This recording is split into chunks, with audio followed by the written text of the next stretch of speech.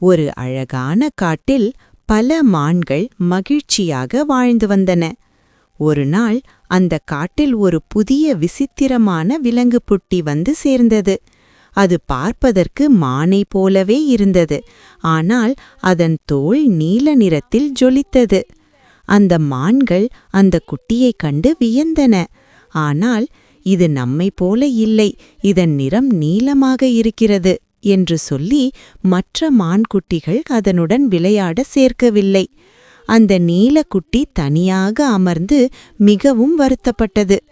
ஒரு நாள் ஒரு சிங்கம் அந்த காட்டிற்குள் வேட்டையாட வந்தது.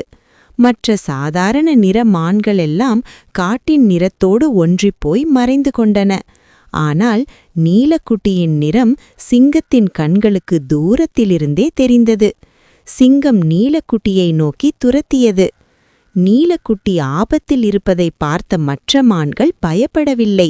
அவை ஒன்று சேர்ந்து வந்தன. ஒரு பெரிய மான் சிங்கத்தின் முன்னே நின்று அதை தன் கொம்புகளால் பயமுறுத்தியது.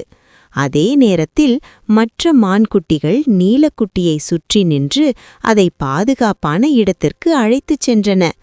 தன் உயிரை காப்பாற்றிய மான்களின் அன்பைக் கண்டு நீலக்குட்டி நெகிழ்ந்தது. மற்ற மான்களும் உருவம் எப்படி இருந்தாலும் அன்புதான் முக்கியம் என்பதை புரிந்து கொண்டன.